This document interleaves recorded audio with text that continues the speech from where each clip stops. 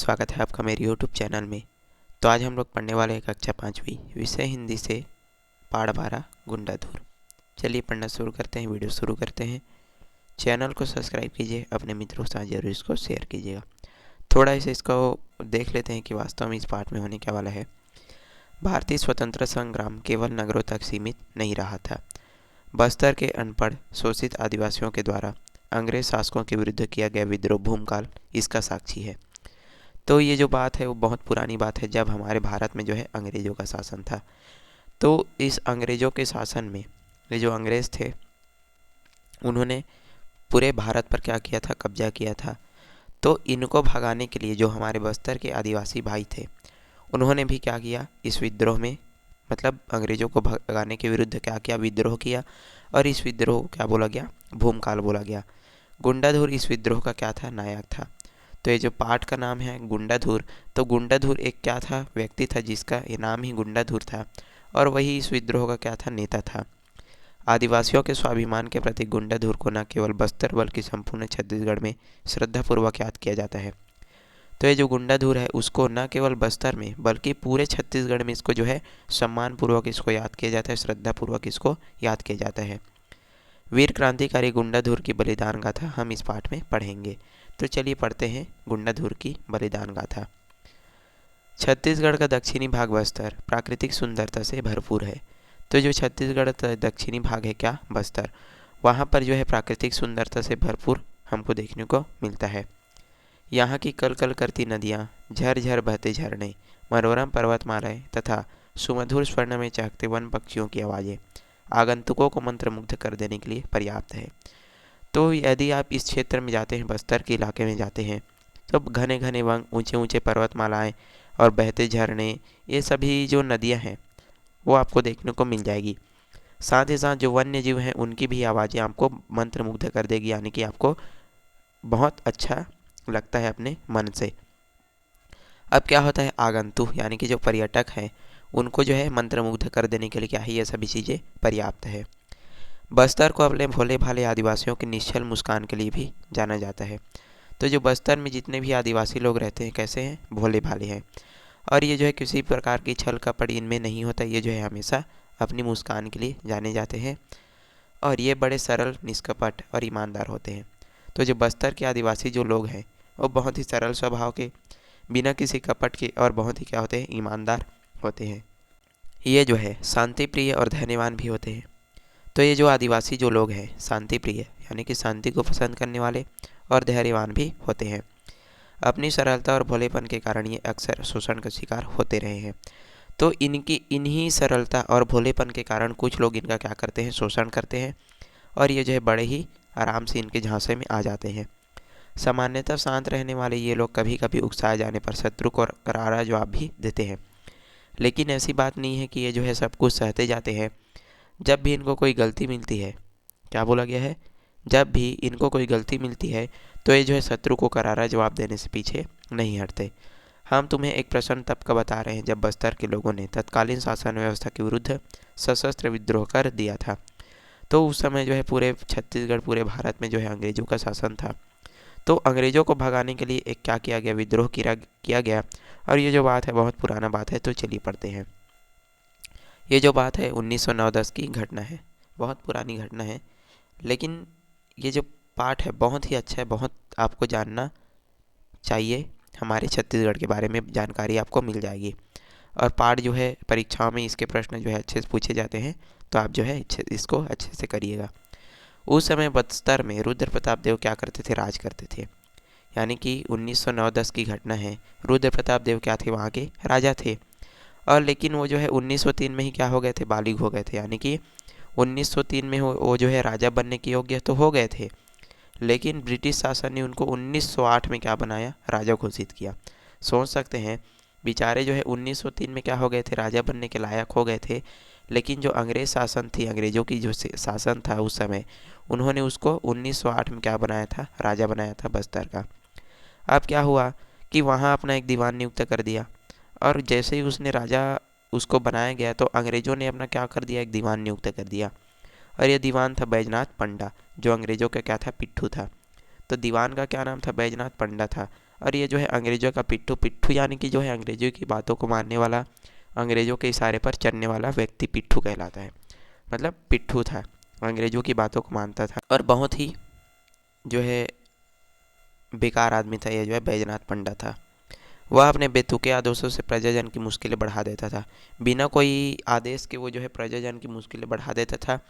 कोई राजा आदेश भी दिया नहीं रहता, फिर भी ये जो बैजनाथ पंडा होता था वो प्रजा को कुछ भी आदेश दे देता था, जिससे प्रजा की मुश्किलें बढ़ जाती थी। उनका मनमाना शोषण करता था। और ये जो बैजनाथ पंडा था क्या करता था, उनका मनमाना बहुत अधिक मात्रा में शोषण करता था, अत्याचार करता था उन पर बहुत अधिक मात्रा में।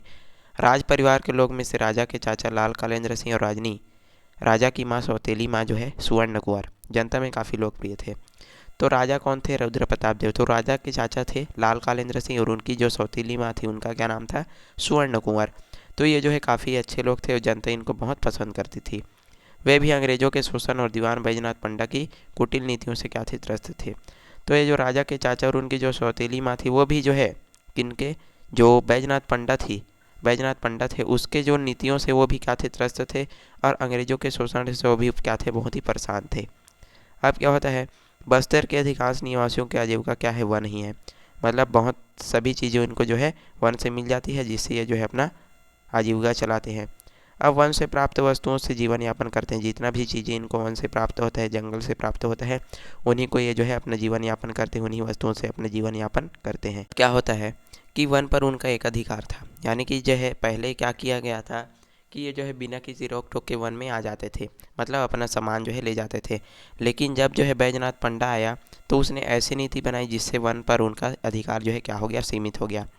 पहले ये जो आदिवासी लोग थे वो जो है वन में आराम से जा सकते थे, घूम फिर सकते थे और वहाँ की जो चीज़ें हैं, लकड़ी, जो भी चीज़ है, फल फूल, औषधि, जड़ी बूटी, सब चीज़ ला सकते थे। लेकिन जब से ये जो बैजनाथ पंडा आया था तब से इनको जो है अधिकार क्या हो गया? सीमित हो गया। यानी कि अब इनको जो है वन में जाने की अनुमति नहीं मिलती थी। वे अपनी आवश्यकताओं की छोटी से छोटी वस्तुओं के लिए भी तरसने लगे। अब इनको जो है वन में जाने के लिए बिल्कुल मना कर दिया गया। अब इनको जो है कहीं भी जाने का, मतलब वन के अंदर जाने का इनको जो है मौका नहीं दिया गया, अधिकार नहीं दिया गया। तो ये जो है अब कहीं भी नहीं जाते थे। जंगल से जातौन और पत्ती तक तोड़ने के लिए उनको सरकारी अनुमति लेनी पड़ती थी। तो सोच सकते हैं, पत्तियों तक को तोड़ने के लिए इनको जो है सरकार की अनुमति लेनी पड़ती थी आदिवासियों को। तो इसको नियम किसने बनाया था? ये जो दीवान था बैजनाथ पंडा, उसी ने इसने नियम बनाया था। अब क्या होता है, इधर रियासत के अधिकारी और कर्मचारी प्रजाजन से क्या करते थे? दुर्व्यवहार करते थे। अब जितने भी रियासत के जो अधिकारी कर्मचारी होते थे वो क्या करते थे? प्रजा से बहुत अधिक दुर्व्यवहार करते थे, बुरा व्यवहार किया करते थे और राजा से उनको मिलने भी नहीं देते थे। कोई भी व्यक्ति यदि राजा से मिलना चाहता था तो उसको जो है रोक दिया करते थे। अब इस प्रकार ये जो है बहुत क्या हो गए थे? दुखी से, मतलब दुख में हो गए थे। व्यापारी, सूदखोर, ये सब जो लोग हैं वो बहुत अधिक मात्रा में क्या करते थे? लोगों का शोषण करते थे, आदिवासियों का शोषण करते थे। अब यह सब दीवान बैजनाथ पंडा के कारण ही हो रहा था कि आदिवासियों को जो है उनके भोलेपन का क्या उठाया जा रहा था? फ़ायदा उठाया जा रहा था। सबसे जो मुख्य कारण था बैजनाथ पंडा, ये जो है बहुत ख़राब आदमी था, बहुत हरा, मतलब बेकार आदमी थे ये जो है। और इसी के कारण से सब कुछ जो आदिवासी थे वो जो है बहुत क्या थे? त्रस्त थे इसी के कारण। अब धीरे धीरे जनता में असंतोष पनपने लगा। धीरे धीरे क्या हो जाता है, जनता उसके दुख को जो है सहन करने तक सहती, फिर ये जो है क्या हो जाती है, अब हम नहीं सहेंगे करके अब इनमें असंतोष जो है पनपने लगता है। 1909 में जनता ने लाल कालेंद्र सिंह और रानी सुवर्ण कुंवर के साथ क्या किया? सम्मेलन किया। अब आता है 1909 में इन्होंने क्या किया? लाल कालेंद्र सिंह जो कि राजा के चाचा थे और रानी सुवर्ण कुंवर यानी कि ये जो है राजा की माँ थी, तो इनके साथ जो जितने भी गांव वाले थे उन्होंने क्या किया? एक बैठक किया, सम्मेलन किया। वे हजारों की संख्या में इंद्रावती नदी के तट पर एकत्रित हुए। अब ये जो बैठक है वो कहाँ हुआ? इंद्रावती नदी के तट पर हुआ और हजारों की संख्या में जो लोग हैं इसमें शामिल होते हैं। अब इनमें कौन कौन थे? राजा के चाचा थे और उनकी माता भी शामिल हुई थी। उनके हाथों में धनुष बाण, भाले और फरसे थे। तो जितने भी आदिवासी थे उनके हाथ में क्या थे? धनुष बाण थे, भाले और फरसे इत्यादि उनके हथियार वो जो है लाए हुए थे। सभी ने इस आंदोलन में यह संकल्प लिया कि वे दीवान बैजनाथ पंडा और अंग्रेजों के दमन और अत्याचार के विरुद्ध संघर्ष करेंगे और उन्हें जड़ से उखाड़ फेंकेंगे। अब सभी जो है इस सम्मेलन में शामिल होते हैं और क्या संकल्प लेते हैं, क्या प्रतिज्ञा करते हैं कि वो जो है बैजनाथ पंडा जो कि क्या था? दीवान था, और जितने भी अंग्रेज शासन हैं उनको अत्याचार को अब नहीं सहेंगे और उनको जो है जड़ से उखाड़ फेंकेंगे, यानी कि यहाँ से भगा देंगे करके। अब इस सम्मेलन में सर्वसम्मति से एक उत्साही युवक गुंडाधुर का विद्रोह का नेता चुना गया। अब आता है इस कहानी का मुख्य पात्र गुंडाधुर। गुंडाधुर एक क्या था, युवक था, उसी का नाम था गुंडाधुर। तो उसी को जो है इस विद्रोह का क्या चुना गया, लीडर चुना गया, नेता चुना गया। अब वही मतलब वही सामने आया। गुंडाधुर नेतानार गांव का रहने वाला था। तो जो गुंडाधुर था वो कहाँ का, नेतानार गांव का रहने वाला व्यक्ति था। वह निडर, साहसी, सत्यवादी था। मतलब वो जो है किसी से नहीं डरता था और सत्य के राह पर चलने वाला व्यक्ति था गुंडाधुर। आदिवासियों के स्वाभिमान की रक्षा के लिए किसी से भी टकरा जाने का साहस था उसमें। अब वो जो है अंग्रेजों से टकराने के लिए बिल्कुल क्या था, मतलब तैयार था गुंडाधुर। गुंडाधुर ने नेतृत्व संभालते ही विद्रोह के कार्यक्रम की क्या बनाई, रूपरेखा बनाई। अब जैसे ही गुंडाधुर क्या होता है, नेता चुना जाता है, तो जो है किस प्रकार से विद्रोह करना है, किस प्रकार से अंग्रेजों को भगाना है, इसकी क्या बनाता है, वो जो है रूपरेखा बनाता है। अब इस विद्रोह को स्थानीय बोली में क्या बोला गया, भूमकाल इसको नाम दिया गया। देख सकते हैं चित्र में, यह है गुंडाधुर और ये जो है पीछे तरफ उसकी सेनाएं। तो इस विद्रोह को क्या बोला गया, भूमकाल बोला गया। और आपको इसको याद रखना है क्योंकि ये जो है परीक्षाओं में पूछा जाता है कि गुंडाधुर के जो क्या विद्रोह था उसको क्या बोला जाता था। तो इसको क्या बोला जाता था, भूमकाल इसको कहा जाता था। तो आपको इसको याद रखना है। अब इसको जो है विद्रोह का संदेश आम की टहनी में मिर्च बांधकर गांव-गांव में भेजा जाता था। अब ये जो है विद्रोह करना है ऐसा करके इसका संदेश देते थे। तो इसका संदेश कैसे देते थे, आम की टहनियाँ होती थी, उनमें मिर्च को बांध करके गांव-गांव में भेजते थे। तो इससे लोगों को पता चल जाता था कि अब ये जो है विद्रोह होने वाला है करके। और जो स्थानीय लोग हैं इसको क्या बोलते थे, डारा मिरी कहते थे। डारा यानी कि टहनी और मिरी यानी कि मिर्च। तो इसी को बोला जाता था डारा मिरी और इसी को क्या बोला गया, भूमकाल कहा गया। अब गांव-गांव में लोग डारा मिरी का बड़े उत्साह से स्वागत करते थे। यानी कि ये जो विद्रोह होने वाला था अंग्रेज़ों के विरुद्ध है, तो लोग जो है बड़े ही उत्साह के साथ इसका क्या करते थे, स्वागत करते थे। अब गुंडाधुर का संगठन क्षमता क्या था, अद्भुत था। गुंडाधुर जो है बड़ा ही बहुत अच्छा लीडर था, बहुत ही अच्छा व्यक्ति था। वो जो है अंग्रेज़ों को भगाने से नहीं, पीछे नहीं हटने वाला था। अब कुछ ही दिनों में हजारों बस्तरवासी इस भूमकाल आंदोलन में जुड़ गए। अब देखते देखते सब लोग जो है इस भूमकाल आंदोलन में जुड़ जाते हैं अंग्रेज़ों को भगाने के लिए। अब गुंडाधुर ने अंग्रेज शोषक, व्यापारी, सूदखोर, सरकार के पिट्ठू अधिकारी, कर्मचारी सबको सबक सिखाने की क्या बना लेती है, रूपरेखा बना लेती है। तो क्या होता है, जो गुंडाधुर की सेना होती है वो क्या होती है, सभी लोगों को जो है सबक सिखाने के लिए क्या बना लेते हैं, कार्यक्रम बना लेते हैं, योजना बना लेते हैं कि अब हमको इनको जो है जड़ से उखाड़ फेंकना है, अब यहाँ से इनको भगाना है करके। अब गुंडाधुर की योजना के अंतर्गत जो है अंग्रेज संचार साधनों को नष्ट करना, सड़कों पर बाधा खड़ी करना, सरकारी कार्यालयों को लूटना, आग लगाना इत्यादि जो है शामिल था। ये लोग क्या करते थे, टेलीफोन, मोबाइल, जो अंग्रेज लोग बात करते थे उनको नष्ट कर देते थे, सड़कों पर गड्ढे कर देते थे, पेड़ वगैरह गिरा करके उसको जो है जाम कर देते थे। और जितने भी कार्यालय, ऑफिस वगैरह हो गए उसमें क्या लगा देते थे, आग लगा देते थे। इस प्रकार से इनका क्या था, विद्रोह हुआ था। अब क्या होता है, 2 फरवरी 1910 को सबसे पहले बस्तर में ऐतिहासिक भूमकाल की क्या होती है, शुरुआत होती है। अब ये जो भूमकाल आंदोलन है उसकी शुरुआत कब हुई, 2 फरवरी 1910 को। तो आपको इसको याद रखना है। बस्तर का पुसवाल बाजार सबसे पहले लूटा गया। अब इन्होंने क्या किया, सबसे पहले जो बाजार था उसको लूट लिया और एक भूचाल सा गया। जैसे ही इसने जो है ये जो गुंडाधुर की सेना है वो जो है बाजार को लूटते हैं तो एकदम अफरा तफरी मच जाती है सब तरफ। अब क्या होता है, पुलिस थाने लूटे गए और शोषकों को मारा गया, जंगल विभाग के कार्यालय नष्ट कर दिए गए। यहाँ तक कि इन्होंने पुलिस थाने को भी लूट लिया, साथ ही साथ उसको आग भी लगा दिया। और जितने भी कार्यालय थे, जितने भी सरकारी ऑफिसें थी, उसको क्या कर दिया, इन्होंने नष्ट कर दिया। अब इस विद्रोह की आग देखते देखते पूरे बस्तर में फैल गई। सब जो है इस विद्रोह में शामिल होते गए और अंग्रेज जो है पूरी तरह से क्या हो गए, डर गए। राजा ने इस विद्रोह की सूचना अंग्रेजों को दे दी। अब राजा भी डर गया तो राजा ने क्या किया कि इस विद्रोह की सूचना किसको दे देते हैं, अंग्रेज लोगों को दे देते हैं। अंग्रेज सरकार ने इस विद्रोह को कुचलने के लिए मेजर जनरल गियर तथा डिवरे को 5 सशस्त्र सैनिकों के साथ बस्तर भेज दिया। अब जैसे ही अंग्रेजों को पता चलता है कि बस्तर में क्या हो रहा है, विद्रोह हो रहा है अंग्रेजों को भगाने के लिए करके, तो ये जो वहाँ के जो एक जनरल रहता है, मतलब ऑफिसर रहता है, उसको जो है 500 सैनिकों के साथ कहाँ भेज देते हैं, बस्तर भेज देते हैं उनको मारने के लिए। अब क्या होता है, क्रांतिकारियों ने अंग्रेजी सेना को घेर लिया। अब जितने भी क्रांतिकारी थी, मतलब जो गुंडाधुर की सेना थी, उन्होंने, ये हो गया अंग्रेज और ये हो गया गुंडाधुर की सेना, तो चारों ओर से इसको घेर लेते हैं किनको, जो अंग्रेज हैं उनको।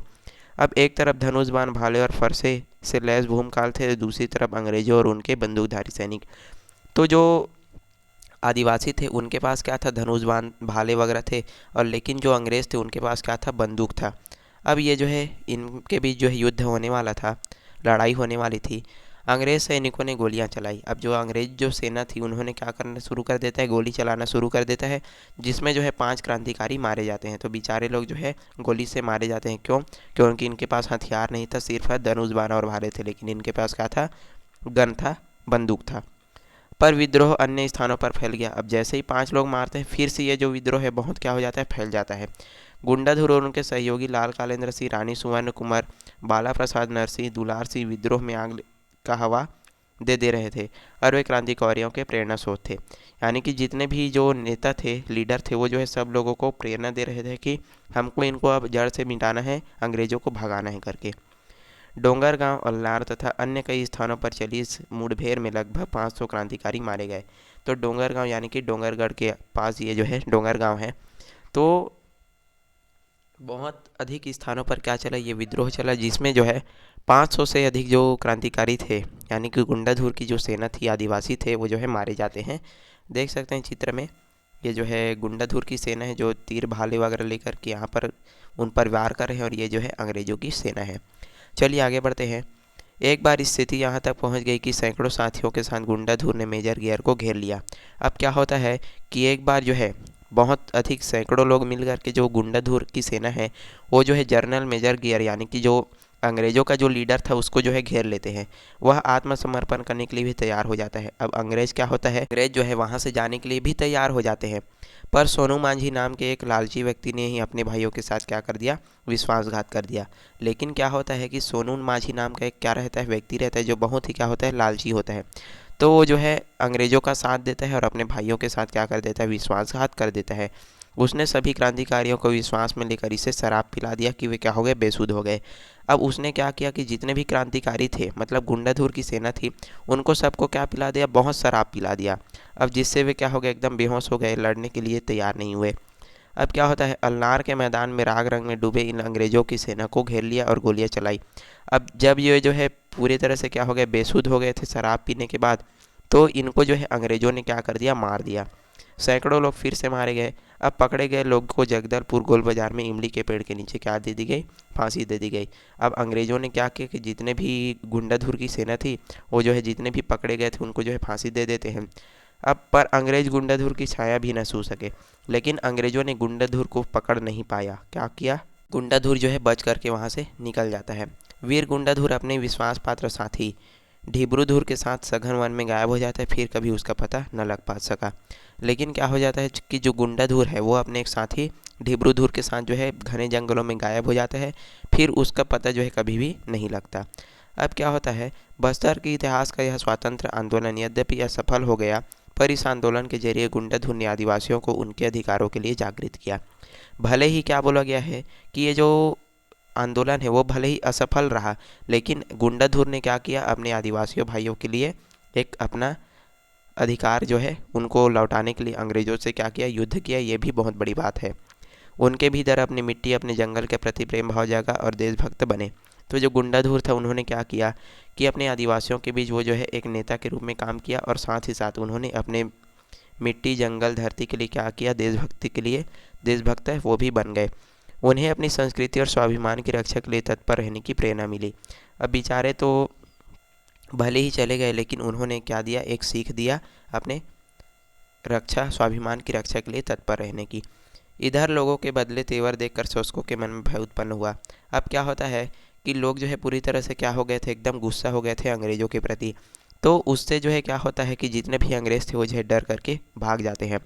शोषक, अत्याचारी, अधिकारी, सूदखोर, आदिवासी सब जो है भोलेपन का लाभ उठाने वाले जो जितने भी लोग थे, सब जो है क्या हो गए, एकदम डर गए, और उनके शोषण में क्या आ गई, कमी हो गई। मतलब कुछ तो भाग गया, और अब जो है शोषण उनका पूरी तरह से क्या हो गया, बंद हो गया। यह सब गुंडाधुर और उसके विद्रोह भूमिकाल के कारण हो सका। मतलब अब पूरी तरह से सब जो है शांत हो गया, जितने भी अधिकारी कर्मचारी थे सब जो है भाग चुके थे, और उनको अब उनका अधिकार जो है पूरी तरह से के मिल चुका था। आज भी छत्तीसगढ़ में गुंडाधुर का नाम बड़ी श्रद्धा से लिया जाता है। तो गुंडाधुर बहुत ही अच्छे मतलब देशभक्त के रूप में यहाँ पर शामिल होते हैं, और हमारे छत्तीसगढ़ के ही व्यक्ति हैं, तो ये जो है बहुत ही गर्व की बात है। गुंडाधुर को बस्तर का स्वाभिमान भी कहा जाता है। तो ये था हमारा पाठ गुंडाधुर। आई होप आपको वीडियो पसंद आया होगा, तो लाइक करें, अपने मित्रों के साथ जरूर इसको शेयर कर दीजिएगा। और यदि मेरे चैनल में नए हैं तो चैनल को जरूर सब्सक्राइब कीजिए। चलिए मिलते हैं अगले वीडियो में, तब तक के लिए धन्यवाद।